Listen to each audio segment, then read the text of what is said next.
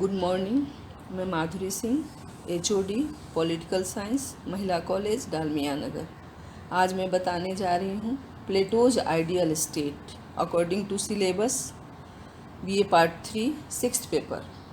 Republic में दार्शनिक प्लेटो के समस्त चिंतन का केंद्रीय विषय आदर्श राज्य है। अपने आदर्श राज्य के भव्य निर्माण हेतु उसने न्याय सिद्धांत को आधारशिला तथा शिक्षा योजना एवं साम्यवाद के सिद्धांत को आधार स्तंभ के रूप में प्रयोग किया है।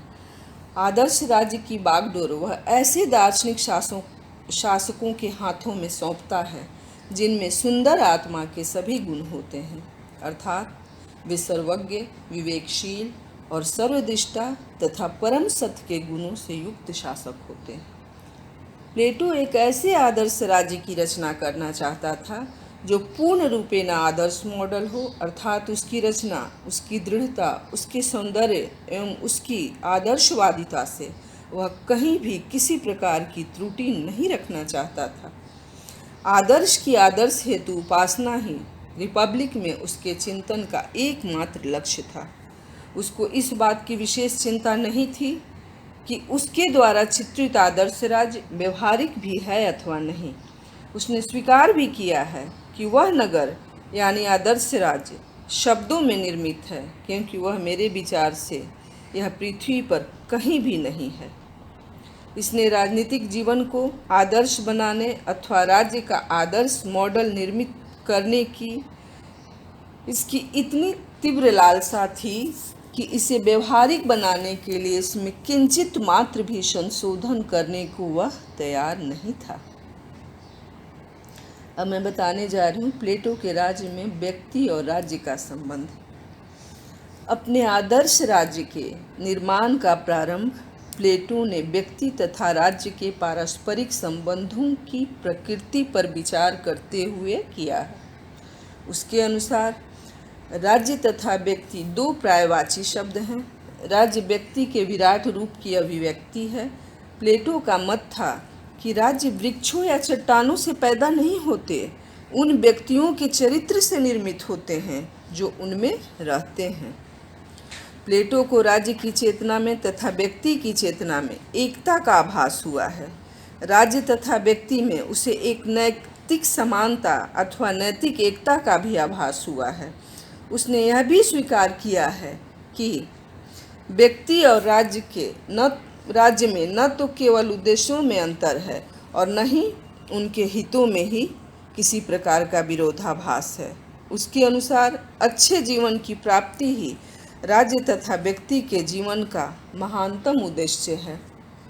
अच्छे व्यक्तिगत जीवन के आधार पर ही एक अच्छी राजनीतिक इकाई का निर्माण हो सकता है और अच्छे राज्य में ही अच्छे व्यक्तियों का निर्माण संभव है। ऐसी प्लेटो की मान्यता थी। अब मैं बताऊंगी प्लेटो के राज्य में राज्य की उत्पत्ति के 3 चरण हैं। उसने अपने आदर्श राज्य का निर्माण 3 चरणों में संपन्न हुआ माना है। मानव की आर्थिक आवश्यकताओं को ही राज्य की उत्पत्ति का प्रमुख आधार उसने माना है, क्योंकि इनकी पूर्ति के लिए ही व्यक्ति किसी न किसी प्रकार का सहयोग करने के लिए बाध्य होता है। प्लेटो के शब्दों में राज्य मानव समाज की आवश्यकताओं से उत्पन्न होता है, कोई भी आत्मनिर्भर नहीं है। इस प्रकार प्लेटो के अनुसार मानव की आर्थिक आवश्यकताएं ही राज्य को एकता के सूत्र में बांधने वाले प्रारंभिक तंतु हैं। इकाई के रूप में कोई भी व्यक्ति अपने आर्थिक जीवन के समस्त आवश्यकताओं को पूरा नहीं कर सकता। पारस्परिक सहयोग और विनिमय सभी अपनी आर्थिक आवश्यकताओं की अधिक से अधिक मात्रा में पूर्ति करने में सफल हो सकते हैं। किसी भी व्यक्ति या समाज में आर्थिक हितों की समुचित रूप से रक्षा तभी संभव हो सकता है जब व्यक्ति अपने द्वारा तैयार की गई वस्तुएं समष्टि को प्रदान करें तथा अपनी आवश्यकता की अन्य वस्तुएं समष्टि से प्राप्त करें। आर्थिक जीवन की वस्तुओं का इस प्रकार का आदान प्रदान श्रम विभाजन तथा कार्य विशिष्टीकरण को जन्म देता है। आर्थिक आधार पर प्लेटो ने इस आदान प्रदान को उचित ठहराया है। इस आर्थिक पहलू को राजनीतिक महत्व भी उसे दृष्टिगोचर हुआ है, क्योंकि कार्य विशिष्टीकरण का सिद्धांत उसकी दृष्टि में राज्य की एकता का सृष्टा है। इसलिए प्लेटो ने अपने राज्य में कार्य विशिष्टीकरण पर विशेष बल दिया है। प्लेटो कहता है कि इरादा यह था कि प्रत्येक व्यक्ति को ऐसे काम में लगाया जाए जिसके लिए प्रकृति ने उसका चयन किया है। एक व्यक्ति को एक काम दिया जाए और तब प्रत्येक व्यक्ति अपना स्वयं का कार्य करेगा। राज्य के उत्पत्ति के इस प्रथम चरण में राज्य के उस वर्ग का विकास होता है जिससे प्लेटो उत्पादक वर्ग यानी प्रोड्यूसिंग क्लास कहकर पुकारता है, जिसका प्रमुख गुण संपत्ति प्रेम तथा क्षुधा है। साथ ही प्लेटो आदर्श राज्य के आधार स्तंभ दो सिद्धांतों, श्रम विभाजन का सिद्धांत और कार्य विशिष्टीकरण सिद्धांत का भी बीजारोपण इसी प्रथम चरण में होता है। राज्य की उत्पत्ति का दूसरा चरण तब प्रारंभ होता है जब प्लेटो उस वर्ग के निर्माण की योजना प्रस्तुत करता है जो राज्य के साहस तथा उत्साह का प्रतिनिधि है। जिस तरह प्लेटो के आदर्श राज्य के निर्माण में प्रथम चरण में उत्पादक वर्ग का उदय होता है, उसी प्रकार उसके द्वितीय चरण में सैनिक वर्ग का भी उदय होता है। सैनिक वर्ग का मुख्य कार्य बाहरी आक्रमण से राज्य की रक्षा करना और आंतरिक शांति सुरक्षा कायम रखने में सहयोग देना है।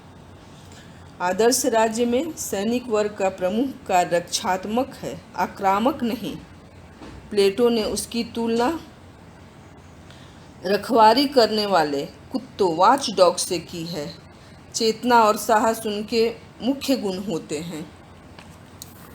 प्लेटो के आदर्श राज्य के निर्माण का तीसरा चरण तब प्रारंभ होता है जबकि सैनिक वर्ग से ही प्लेटो राज्य के विवेक तत्वों का प्रतिनिधित्व करने वाले सर्वोच्च वर्ग का निर्माण करता है। उसके अनुसार सैनिक वर्ग के लोगों में सामान्यतः उत्साह तथा विवेक पाया जाता है, किंतु इनमें से कुछ ऐसे व्यक्ति भी होते हैं जिनमें उत्साह के अपेक्षा विवेक का अत्यधिक बाहुल्य होता है। ऐसे लोगों को प्लेटो ने राज्य का दार्शनिक शासक माना है। विवेक के अंतर्गत प्लेटो ने दो गुण माने हैं। प्रथम, विवेक से व्यक्ति को ज्ञान होता है और दूसरा, विवेक ही व्यक्ति को प्रेम करना सिखाता है। अतः प्लेटो के अनुसार शासक विवेकशील होना चाहिए और उसमें पर्याप्त मात्रा में स्नेहशीलता होनी चाहिए। इस प्रकार तीन चरणों में प्लेटो के राज्य का निर्माण उन तीन वर्गों के विकास के साथ संपन्न होता है जो राज्य के तीन मूलभूत आवश्यकताओं उत्पादन, रक्षा तथा शासन की पूर्ति करने अपने तीन गुणों क्षुधा, साहस तथा विवेक के आधार पर करते हैं। अब बताने जा रहे हैं आदर्श राज्य में निर्माणक तीन वर्ग। प्लेटो के अनुसार राज्य की उत्पत्ति के विकास के चरणों में तीन ऐसे वर्गों का विकास हुआ जिनके कंधों पर आदर्श राज्य का भार डाला जा सकता है। प्लेटो के आदर्श राज्य का निर्माण करने वाले ये तीन वर्ग उत्पादक वर्ग, सैनिक वर्ग तथा दार्शनिक शासक वर्ग। सैनिक वर्ग तथा दार्शनिक शासक वर्ग की आत्मा के तीन गुणों क्षुधा, उत्साह तथा विवेक का प्रतिनिधित्व करते हैं। इनमें से दो वर्गों सैनिक तथा दार्शनिक शासक को प्लेटो ने राज्य का संरक्षक माना है। प्लेटो का मानना था कि राज्य के इन तीन वर्गों को अपने गुणों के अनुरूप ही कार्यों का संचालन करना चाहिए। इस प्रकार उसके आदर्श राज्य की एक विशेषता कार्य विभाजन के सिद्धांत की क्रियात्मक उपस्थिति थी, यानी तीनों वर्गों के उनकी क्षमता के अनुसार अलग अलग कार्य थे। अब प्लेटो ने आदर्श राज्य की आधारशिला के बारे में बताने जा रही हूँ। प्लेटो के अनुसार आदर्श राज्य की आधारशिला न्याय के सिद्धांत पर टिकी हुई है। चूँकि आदर्श राज्य में 3 वर्ग होते हैं और कार्य विभाजन और विशिष्टीकरण की धारणा के आधार पर इन 3 वर्गों को अपना अपना कार्य दूसरे के कार्य में हस्तक्षेप किए बिना होता है। इसलिए न्याय राज्य का वह गुण है जो राज्य के वर्गीकरण को तथा कार्य विभाजन को सुचारू रूप से कायम रखता है। इस गुण की उपस्थिति के कारण ही राज्य के विभिन्न वर्ग अपने अपने कार्य क्षेत्रों तक अपनी कार्यवाहियों को सीमित रखते हुए अपनी प्राकृतिक क्षमता और प्रशिक्षण के आधार पर निश्चित हुए कार्य को पूरी तन्मयता और लगन से संपन्न करते हैं एवं श्रेष्ठता को प्राप्त करते हैं। यानी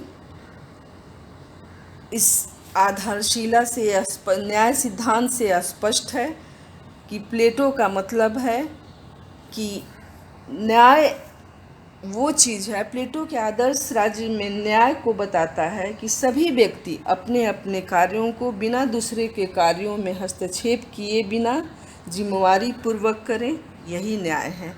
इसलिए प्लेटो ने न्याय सिद्धांत को अपने आदर्श राज्य का आधारशिला माना है। क्योंकि सभी व्यक्ति न्यायी बन जाएंगे तो निश्चित ही आदर्श राज्य होगा। और अपनी कार्य को पूरी तन्मयता और लगन से संपन्न करते हुए एक्सीलेंस को प्राप्त करते हैं। प्लेटो की दृष्टि में वह राज्य न्याय पर आधारित है जिसमें नागरिक अपने निर्धारित क्षेत्रों में अपने जिम्मे के कार्य संपन्न करते हैं। अब मैं बताने जा रही हूँ कि प्लेटो के आदर्श का आधार स्तंभ शिक्षा और साम्यवाद है। प्लेटो अपने आदर्श राज्य में शिक्षा और साम्यवाद को आधार स्तंभ माना है। न्याय का सिद्धांत आदर्श राज्य की आधारशिला है, तो शिक्षा योजना तथा साम्यवादी व्यवस्था आदर्श राज्य के आधारभूत स्तंभ हैं। उसने रिपब्लिक में शिक्षा को इतना अधिक महत्व दिया है कि रूसो ने इसे राजनीति विषयक ग्रंथ न मानकर शिक्षा विषयक एक अत्यंत श्रेष्ठ ग्रंथ माना है। प्लेटो का दृढ़ विश्वास था कि शिक्षा व्यक्ति को एक विशेष कार्य का प्रशिक्षण देकर उसे वही कार्य संपन्न करते रहने की प्रेरणा देगी। राज्य द्वारा नियोजित शिक्षा प्रणाली को अपनाकर एक बहुत बड़ी सीमा तक व्यक्ति के दृष्टिकोण को सही दिशा में बदला जा सकता है। अपने आदर्श राज्य द्वारा प्रदत्त शिक्षा योजना की कुछ विशेषताएं पर प्लेटो जोर देता है। पहला है शिक्षा जो है राज्य द्वारा दी जानी चाहिए। नेक्स्ट है स्त्री और पुरुषों को एक ही प्रकार की शिक्षा दी जानी चाहिए। नेक्स्ट, शिक्षा का उद्देश्य शरीर और मस्तिष्क दोनों का विकास करना है। फोर्थ पॉइंट है शिक्षा का प्रयोजन व्यक्ति को राज्य का उत्तम नागरिक बनाना है। नेक्स्ट और लास्ट है शिक्षा द्वारा योग्य तथा ज्ञानी शासक अर्थात दार्शनिक राजा तैयार किए जाने चाहिए। साम्यवाद प्लेटो के आदर्श राज्य का दूसरा आधार स्तंभ है। यह शिक्षा द्वारा प्रजनित भावनाओं को दृढ़ करने एवं उन्हें क्रियाशील बनाने का कार्य करता है। प्लेटो का दृढ़ विश्वास था कि शिक्षा के द्वारा नैतिक विकास कर लेने मात्र से ही आदर्श राज्य का निर्माण नहीं हो जाएगा, क्योंकि अनेक बाह्य परिस्थितियां ऐसी होती हैं जिसका अनिष्टकारी प्रभाव मानव के हृदय पटल पर पड़ता है। अतः साम्यवाद के द्वारा अपने आदर्श राज्य में वह उन बाह्य परिस्थितियों को जड़ मूल से नष्ट कर देना चाहता था जो मानव समाज के नैतिक विकास का मार्ग अवरुद्ध करने वाली दुर्गम चट्टानें सिद्ध हो सकती हैं। व्यक्तिगत संपत्ति तथा परिवार प्लेटो को ऐसी ही विशाल चट्टानें दृष्टिगोचर हुईं जिन पर प्रहार करके उसने अपने आदर्श राज्य के प्रसाद की नींव सुदृढ़ करने का प्रयास किया है। प्लेटो ने अपने साम्यवाद को आदर्श राज्य के 2 वर्गों शासकों तथा सैनिकों तक ही सीमित रखा है। उसका साम्यवाद राज्य के अल्पसंख्यकों के लिए था।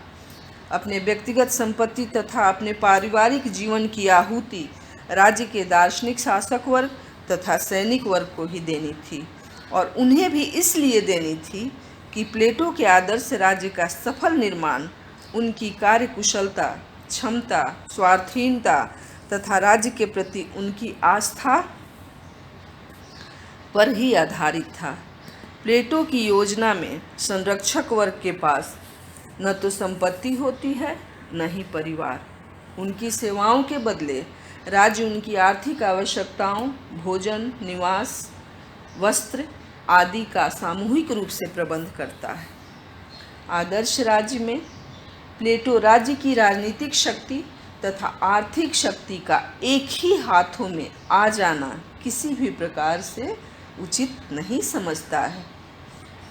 अब मैं बताने जा रही हूँ कि प्लेटो के आदर्श राज्य की बागडोर दार्शनिक शासक के हाथों में थी। प्लेटो आदर्श राज्य की बागडोर दार्शनिक वर्ग को प्रदान करता है। दार्शनिक शासक सर्वाधिक शिक्षित, सुसंस्कृत, साहसी, आत्मसंयमी, ज्ञानी तथा निर्लोभी होते हैं। प्लेटो की यह धारणा थी कि आदर्श राज्य में शासन कार्य परम बुद्धिमान व्यक्तियों के हाथों में रहना चाहिए, जो कंचन और कामनी से दूर रहते हुए शासन का संचालन करें। यहाँ पर कंचन और कामनी का मतलब स्त्री और संपत्ति से है। प्लेटो का दार्शनिक शासक राज्य के कल्याण के साथ अपना कल्याण और राज्य के अहित के साथ अपना हित जुड़ा हुआ मानता है। प्लेटो उसे विवेक का प्रेमी और नगर का सच्चा तथा अच्छा संरक्षक मानता है। दार्शनिक शासक उसे समस्त गुणों का आगार प्रतीत होता है। उसके अनुसार दार्शनिक सर्वकाल तथा सर्वसत्ता का दृष्टा है।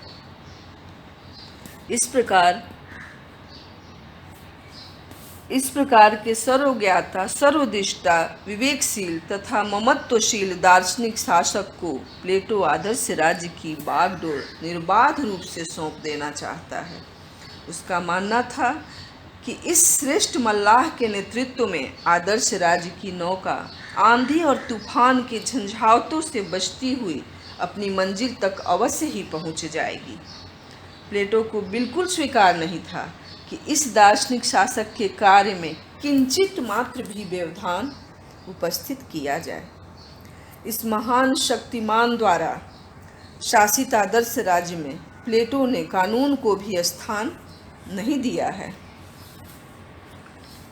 निष्कर्ष के रूप में हम कह सकते हैं कि प्लेटो अपने आदर्श राज्य के निर्माण, व्यक्ति और राज्य के संबंध पर बल देते हुए कहा है कि राज्य तथा व्यक्ति दो पर्यायवाची शब्द हैं। राज्य व्यक्ति के विराट रूप की अभिव्यक्ति है।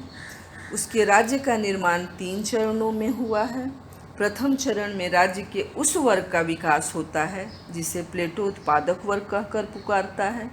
दूसरे चरण में सैनिक वर्ग का अभ्युदय होता है। प्लेटो के आदर्श राज्य के तीसरे चरण में शासक वर्ग का अभ्युदय होता है। प्लेटो के आदर्श राज्य के निर्माण करने वाले ये 3 वर्ग, उत्पादक वर्ग, सैनिक वर्ग तथा दार्शनिक शासक, राज्य की आत्मा के 3 गुणों क्षुधा, उत्साह और विवेक का प्रतिनिधित्व करते हैं। प्लेटो अपने आदर्श राज्य की आधारशिला न्याय सिद्धांत को तथा आधार स्तंभ शिक्षा तथा साम्यवाद को माना है एवं आदर्श राज्य की बागडोर दार्शनिक शासक के हाथों में सौंपता है। उसने अपने राज्य के 2 वर्गों शासक और सैनिक वर्ग को स्त्री और संपत्ति से वंचित कर देता है, यानी इन दोनों वर्गों के लिए ही साम्यवाद है। प्लेटो अपने आदर्श राज्य की बागडोर दार्शनिक शासक के हाथों में सौंपता था। प्लेटो दार्शनिक शासक को विवेक का प्रेमी और नगर का सच्चा तथा अच्छा संरक्षक मानता है। दार्शनिक शासक उसे समस्त गुणों का आगार प्रतीत होता है। उसके अनुसार दार्शनिक सर्वकाल तथा सर्वसत्ता का दृष्टा है। अब मैं समझती हूँ प्लेटो के आदर्श राज्य को आप लोग अच्छी तरह समझ गई होंगी। नेक्स्ट लेक्चर में इसकी अवधारणा का आलोचनात्मक मूल्यांकन करूँगी। Thank you.